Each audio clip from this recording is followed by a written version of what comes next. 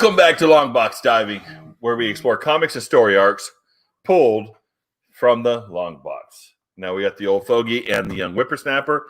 We are both here, and we are both ready to review this week's comic books. Now, we have 3 physical books, and we got 3 digital books. Now, again, you know how we feel about digital. It's okay. For the most part, not a big fan of digital. For the most part, I don't want to buy digital comics. I'm finishing Ant-Man out because it was really good.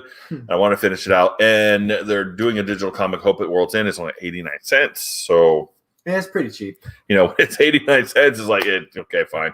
But I'm not really collecting it because it's a cool comic. It's been a good story, so I want to kind of see how it goes. So that's why we're getting that. So we are giving a few minutes. Shanfanan is here. I'm glad you're here.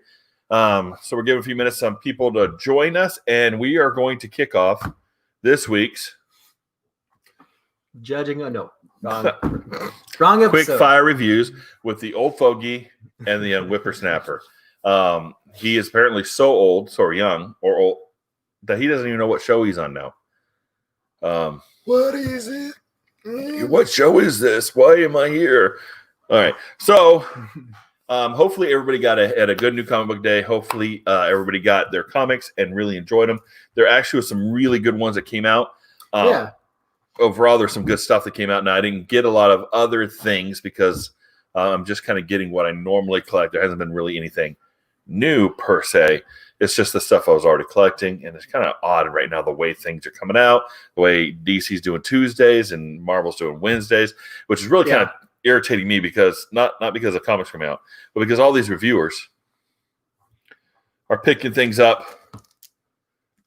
on Tuesday and reviewing them before anybody else has even gotten them yet. It's irritating. I'm not watching anybody else until I get my comics, and that's why we wait till Friday. Because we are courteous. I was like, wait till Friday to buy them. No, we wait till Friday to review them. We're courteous. Give you a chance to read it. A couple days. Give us a chance to read it, and then we can come together as a community and discuss what we liked, what we didn't like, what was cool, what wasn't cool, all those kind of fun stuff. So let's start with the digital comics. Okay. And the reason we're going to start with that is because I'm the only one that read it. I'm so opposed to digital comics. I won't even read them. The young whippersnapper was given time, 1 day, 2 days to read all these comics, 1.5 at most. And I was doing school. And he chose to do something else. He thought that was more important than doing the job his dad assigned him. He did school instead, and he did yard work instead, and he weed eat it instead. And again, nothing I wanted. He did dishes instead. So a bunch of stuff instead. He found time to talk to his girlfriend. So, didn't you? No words. All right. So first, we're going to talk about Ant-Man number 5. Now, I really, really enjoyed this. And we come up to Ant-Man 5. We have, let me see. We have Jim Zub, I think, is doing. Let me open this thing up. If Comixology will let me. Zeb Wells doing the story and Dylan Burnett doing the art. Now, if you remember, the father moved down to help with the daughter. The daughter's like 20-something. He wanted to, help her become a superhero. They could team up and be, hey, Mastodon, how you doing, man? So Ant-Man's down there with his daughter, Scott Lang, and he's working with his daughter, who was a superhero in her own right, with the Young Avengers, I think. And so they're kind of trying to team up, but they're in Florida. So there are not a lot of big villains in Florida other than Florida Man. So there's not a lot of big stuff going on.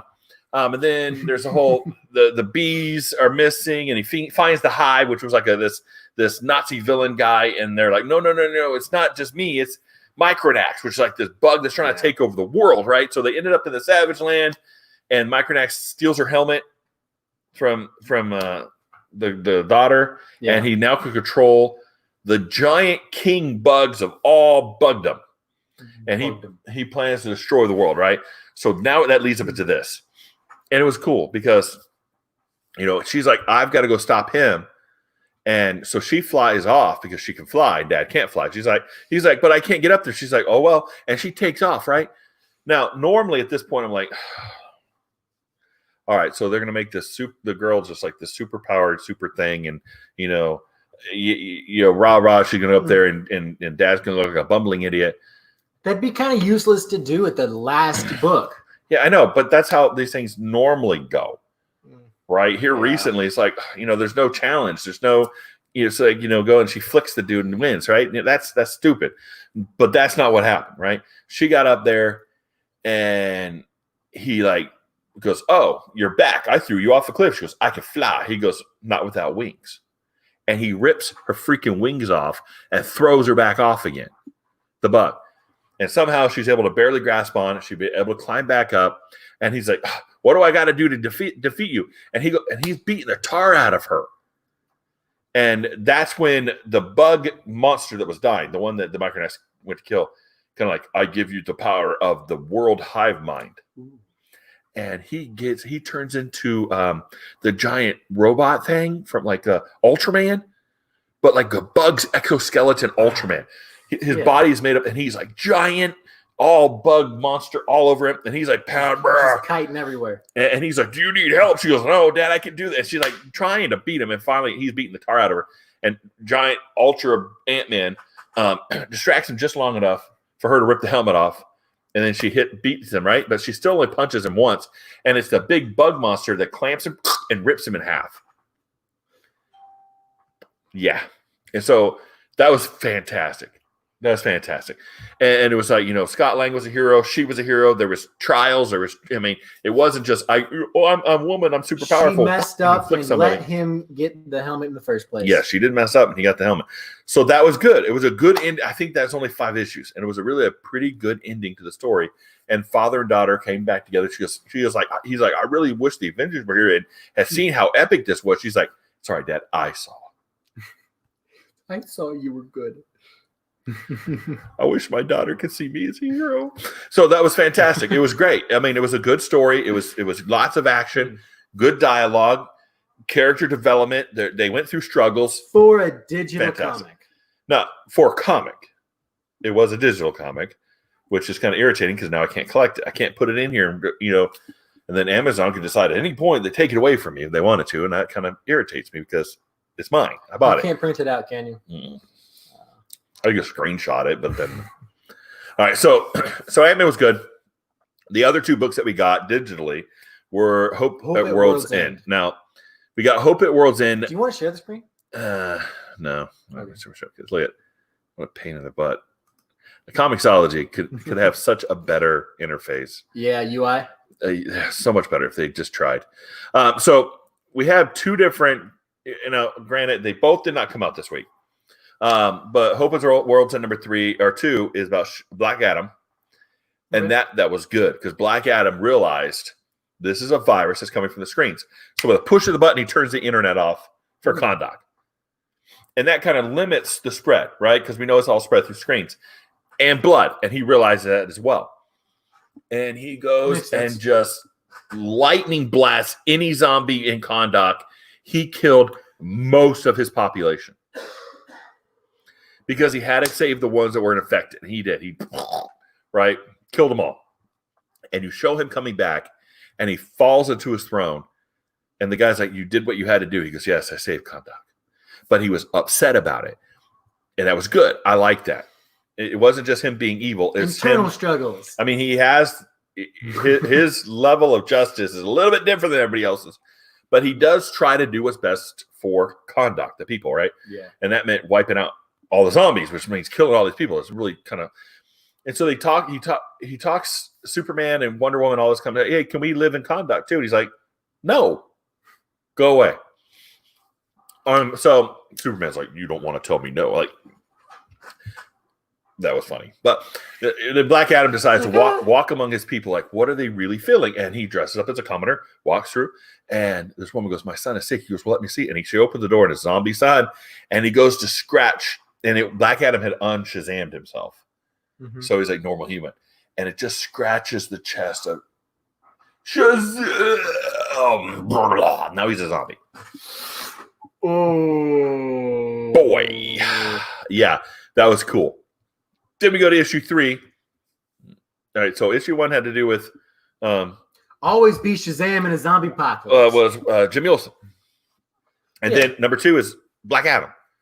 So there's a little bit of continuity here in a sense that chronologically we seem to be flowing in order. Okay. Or things are actually happening at the same time from issue to issue, but not necessarily story connectivity between this story and this story and this story. It's not like a overarching story arc. So you can read one book and not have to read the others. Mm-hmm. So far, that seems like that. Issue 3 was about the Flashes. Okay, cool. Which was cool. So Barry's like run around and he's like, oh crap, this is happening in Center City.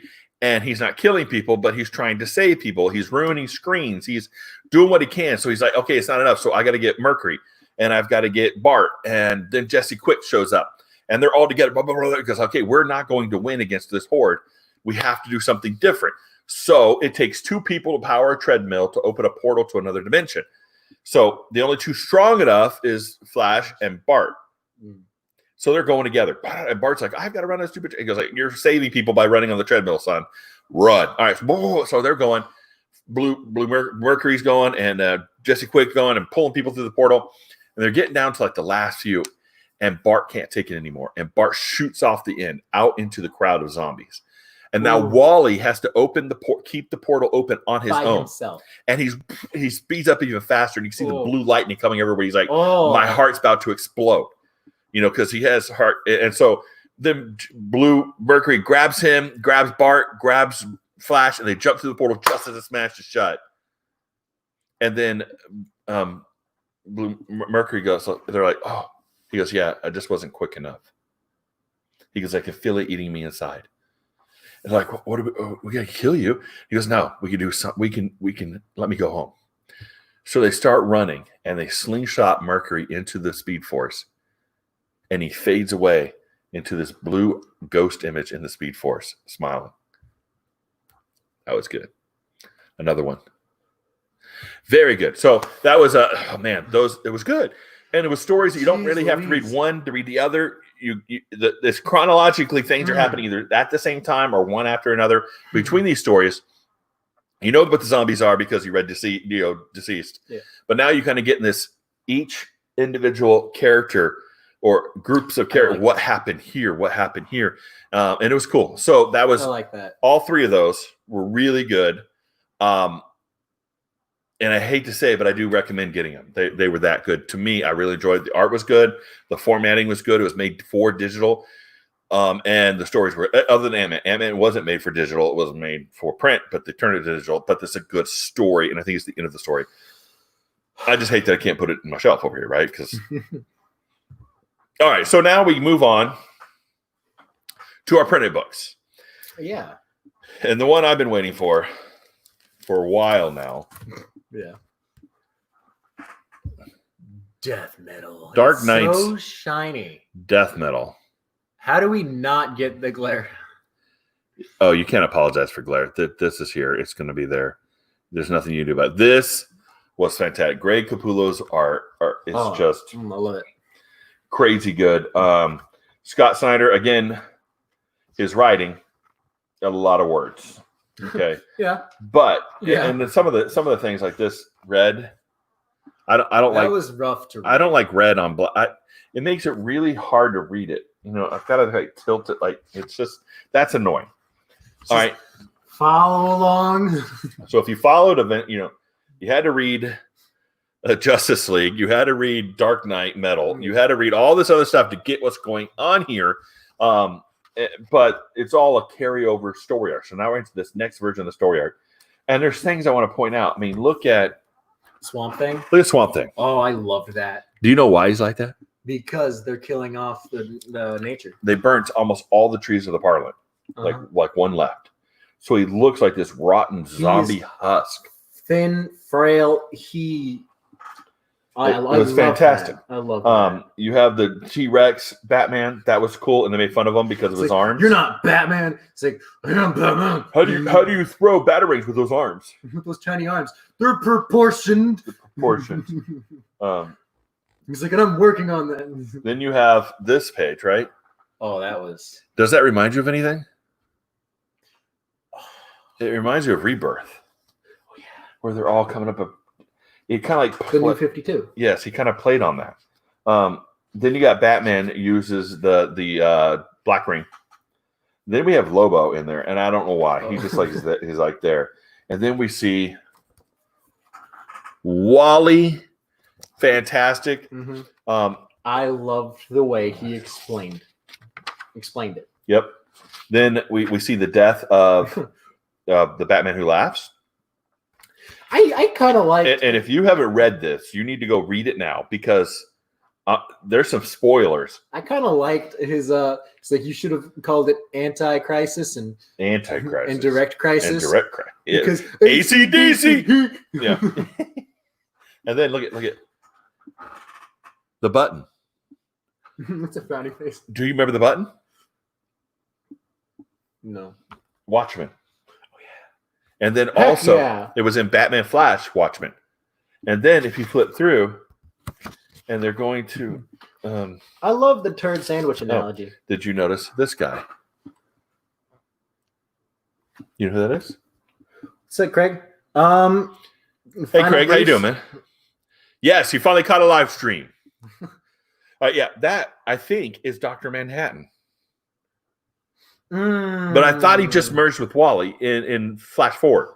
So why does it look like wasn't Dr. Manhattan mentioned in the book? Yes, he's part of Watchmen, and he's part of that button and that Watchmen, and he's the one to help that when they're talking about how the crisis all started, it kind of was because the Watchmen came and tried to fix things. It's interesting because if the Batman Who Laughs takes over Manhattan. Okay, how you doing? Who is Scorpio? Yeah. So Craig, I didn't realize that. Who is Scorpio from Twitter? That's Craig. Yeah, it does look like him, doesn't it? Because it looks like the Batman Who Laughed is going to take over the body. Yeah, he's got the head symbol of Dr. Manhattan. We're doing pretty good. We're just enjoying this, man. Death metal. It looks like Superman's on Apocalypse. Apocalypse. I don't know how they pronounce it. They look like they changed it a little bit. It's a mixture of Apocalypse and Arkham. There was a nice rundown of all the different crises and how they have to have now an anti-crisis. So there's a lot of good stuff in here. The art, top notch. The writing, awesome. Worth $5? Yes, definitely worth $5. Yes, all the covers are just fire. The 1 in 25, the 1 in 100, the alternate B covers. I'm looking at them I'm like. I want to get because they have the Superman one and the Wonder Woman one, and they were both hot. And I'm like, oh, man, that's $15. And then I've got 2 books I'm not going to ever read. I'm just going to put on the shelf over there. Okay.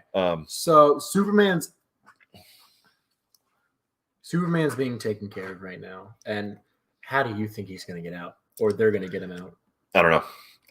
I am there are so many tiebacks into different things that he tied into here, using the invisible jet as armor.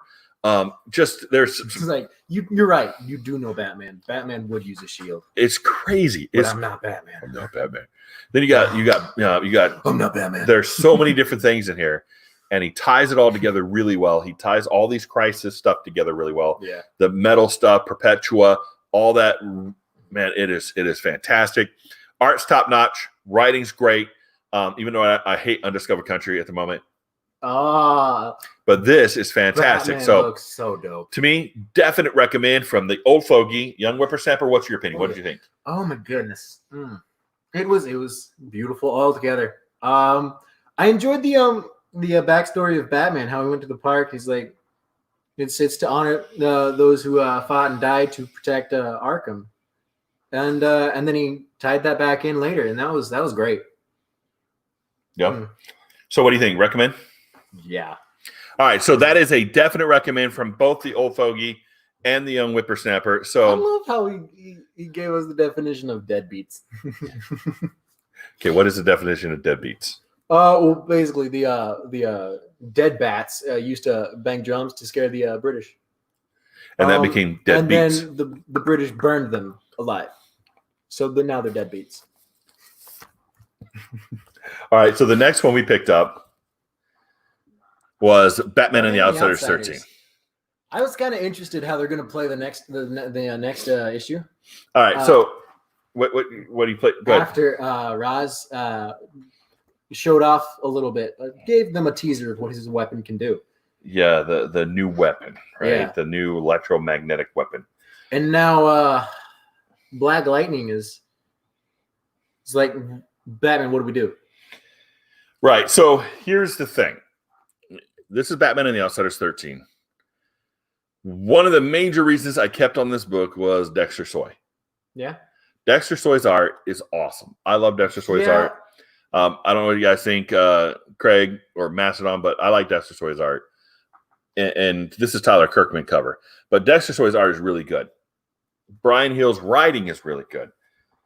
The problem I was having is Brian Hill was doing so much of it on character development that there left very little action. Mm-hmm.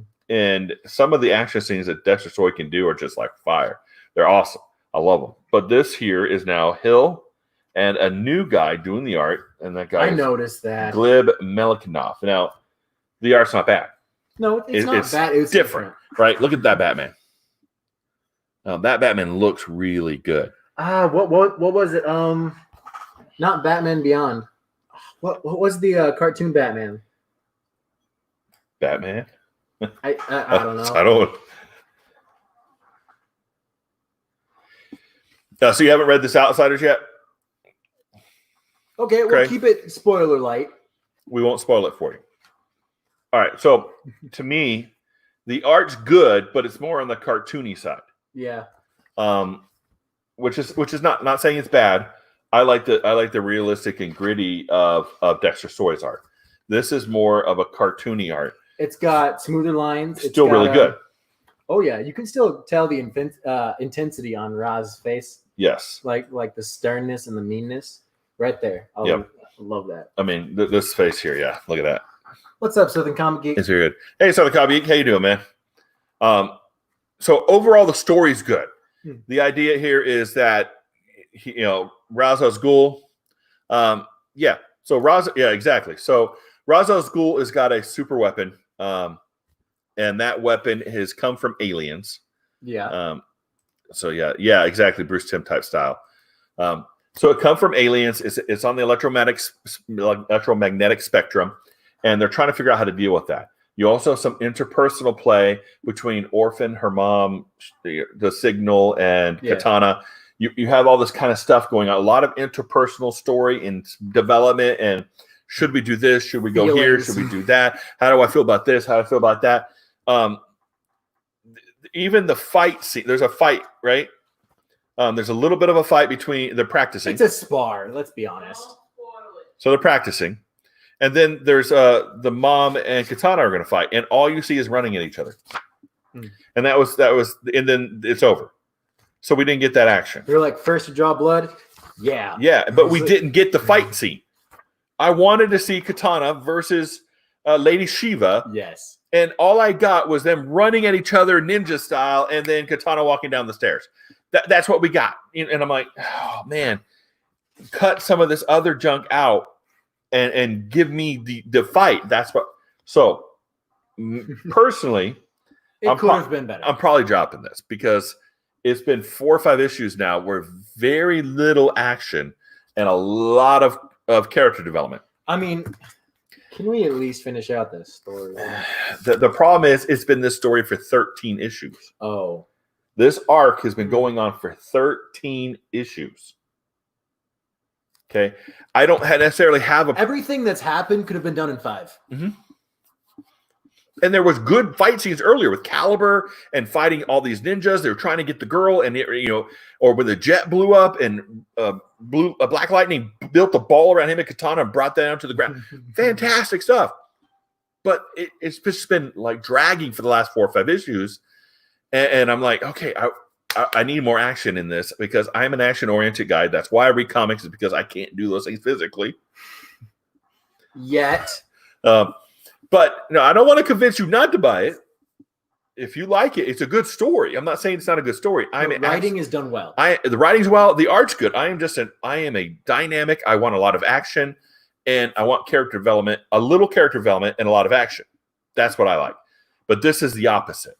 And there's a place for it. People will like that. And I think Jay would like this. My oldest son Jay would probably love this, and if he was here reading it with us, because it's he's that kind of guy. He likes the character building and stuff. And if you watch any of his pull lists, that's the kind of stuff he narrows in on, is all this character building. He liked the first 6 things of X-Force because of that character development and Madeline Pryor and Cyclops and the issues in the so. That's good stuff. It is good. It's just not for me. And I've always been waiting for it to just to one go. more. Maybe it'll just rubber band and pick up. But yeah, I may get you one more, but after that, if it's not action packed, it's gone. Yeah. Because I'm not. I mean, it's $4. I'm buying $4.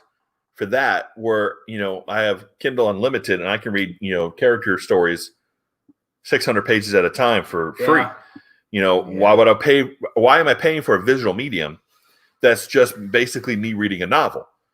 I'm not going to do that. It's not very visual. That's just not for me. I like action. That's why I watch TV shows, movies, and read comics. I like watching visually things moving and fighting and blowing up and jets and cars and all that kind of stuff. All right. Then we picked up the question. So, all right, hold on. So the old fogey says, good.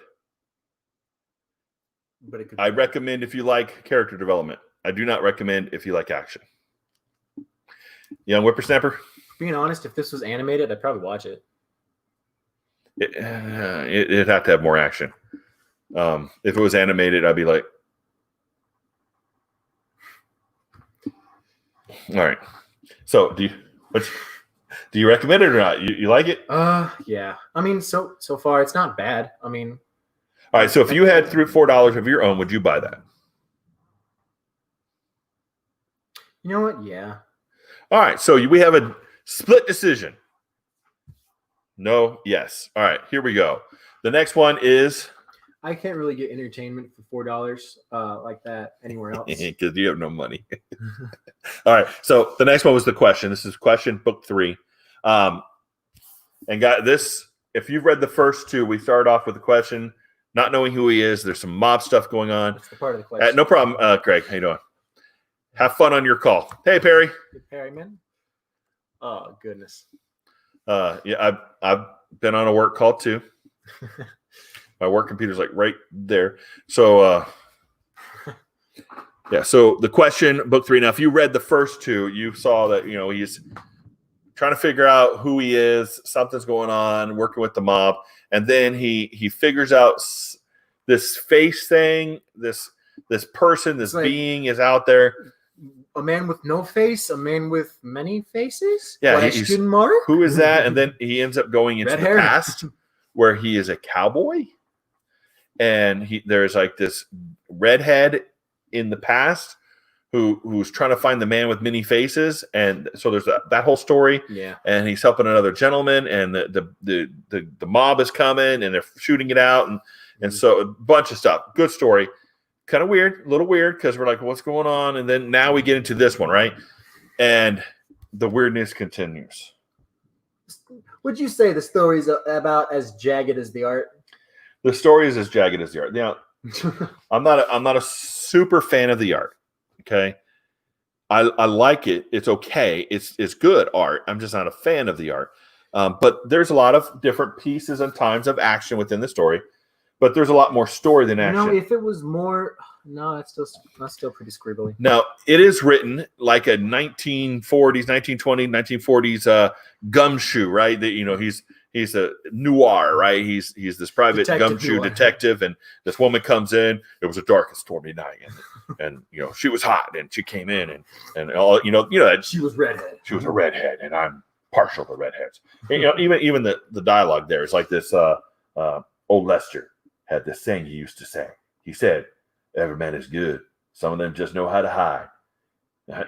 Lester knocked drunk on his way home from work early one morning over $3. I guess that drunk knew how to hide it well too. So I mean, it's just that kind of stuff, right? What do you know, Joe? My name ain't Joe. But then he's trying to find this girl's brother in the mob, and you have a riot, and you have the police with this union, and they're trying to break the union there, and then they walk into this thing, whatever's going on here, some Wiccan cult thing, I don't know, and then it comes into this where there's a bunch of dead bodies with bullet holes in their head laying around. I'm like, what is going on? Yeah, I was confused. All the answers are here. All I need to do is let the questions slip away. Let the blackness whisper my real name to me. My real name is. And Shazam. Then we're like, Shazam. Then we have all these guys here, right? So you see his past selves all in the dust. And then, he gets murdered by this monster, this monster guy, right? So the same. Oh, you don't remember me? The same creature from before Jeez. is still there. He goes like, "Well, you don't remember me. See, you're always behind." And then he crawls down the well like this weird bug monster spider thing. And then he wakes up and he goes, and then he's back to the question. So, book 4. I would hate to live this life. I can't imagine being a guy, not knowing who you are. Your past is all messed up. You're seeing dreams and visions of things and trying to figure out who you are. You're always on the cusp of the answers, and when you finally get them, they're like, nope, you get to do it all over again. Then they shoot you. You die. You wake up because he can't die, right? So he's one of the Trinity. Remember the Trinity? Yeah. He's one of the questions. Pandora, yeah. Pandora. So he's one of the Trinity. The Phantom Stranger, the Question, and Pandora. So he's one of the 3 that were from the beginning of time, cursed by Shazam. What's that Titan that has to roll the ball up the hill? Prometheus, yeah. That's what I'd feel like. That's kind of what it is for him, right? So he always has a question that he can never answer. And that was the curse that was given to him, is you always question and never get the answer. But now you have this detective story coming on that with past lives interspersed. There's a villain that we don't really know about who's always seems to be a little bit ahead of him, and he's trying to figure out what's going on there. He's always catching up. This is a good detective, crazy mystery story. It has some action. If you like mystery, this is for you. It has action. Not a ton of action, but it has enough to keep me interested, right? Yeah. He gets punched by mobsters. He gets punched by cops, right? It's just like that normal old gumshoe where he's always getting knocked around a little bit. Like he walked in and visited the cop's like, "What? You put your face through a meat grinder?" And it's like, "I got beat up. What do you want? What do you want me to do?" So, so book 4 should be coming out June 17th. So, not this came out June 17th. So apparently it's going to be a little later than that. But the story is really good. Yeah. The art, not my favorite, but it's good. It kind of fits. It's gritty. It kind of fits the style of what the story is being told. I prefer cleaner art. But from the old fogey, I would prefer cleaner art too. But it does kind of fit this question, like what's going on, what's really happening. And if this was black and white, those lines would remind me of static. Might. Like in those old TVs. It might. All right, so from the old fogey, I definitely say recommend. I like it. I like a book with some mystery and trying to solve it, and with some action makes sense. That's good. So I think I'm that's not one of my bored. more favorite parts about Batman, the detective part. The detective part. Yeah. All right, so old fogey says yes. Young whippersnapper. Yeah. So definitely yes for you. All right, so that's our books for tonight. Quick fire review, 6 books. 35 minutes. I think we've done a pretty good thing. We kept it right in time like we were supposed to. So, quick rundown. Ant-Man number 5, recommend digitally, because that's all you can get it. It was a good story. It'll be like the only one you have to buy. $3.99 kind of sucks. My Marvel. And then Hope at the World's End 3, Hope at World's End 4. DC's doing it right. DC 89 cents. 89 cents. And great flow. Good story. Good stories. The flow is a lot better. All right, it works. It works as a digital comic. If Comixology would just get a better interface. All right. But the world can't be perfect. It can be perfect. If you just do it right. Just go to sleep. All right. This recommend from the old fogey. Dark. Old fogey. Young whippersnapper. It was a recommend. That was dark. Yeah. This is not a recommend from me. It is recommend from him. And a double Definitely. recommend on this. This was fantastic. I cannot wait for the next one to come out. Now it's almost to me worth going to get those other covers because I think this is going to be hot. Put them on a wall. I think people are going to want this thing. Yes, Southern Comic Geek. Yeah. Hey, look at that. Do you see? Yeah. Oh, it's not enough light. But yeah, we got it. Basically, I got a new bookcase over here for all my comics. I have 19 short boxes in there. And I bought it off Facebook Marketplace, but it would not fit in my office. I just couldn't get it to go through the door. I would have to heavy. I would literally have to take the door. I think it was like 400 pounds. Oh my goodness. I would really have to take the door frame off, and maybe it would fit in. So since Jay's moved out to his own place, and this was the old game room that was just like a rocking chair, like a recliner was in here and a table, right? So I'm like, well, why don't I just use that as my recording studio, my office, my comic Hall of Fames, and you see the storage of the boxes over here. I got like the 20, 30 more boxes over here that I haven't read through yet. And just move everything in here and we'll have a bit, we're still trying to get the lighting. We're still working on that. I got to move some things around. We just got new light up there. And we got a new shade. That light up there doesn't work. So you can't see my kitchen. So yeah, it's a new room for us. Let us know if it sounds too echoey in here. I know earlier I was doing a video and my 19-year-old came in and looked at me and goes, nerd, loser, nerd, and walks off. So that may be in the video that's coming up sometime tomorrow. You may hear that and laugh because we all have those weird teenage boys. Well, some of us do. All right, so and that's it, guys. That's our review for this week. Remember, we will have a video up tomorrow, and then on Sunday we have Judging a Book by Its Cover here on this channel, where we basically play Cards Against Humanity, comic book style. So, what is this book about? Based solely on the cover, that kind of stuff. It's a lot of fun. It's hilarious. And also we're 3 away from our 300 subscriber giveaway. I have a stack of books over here.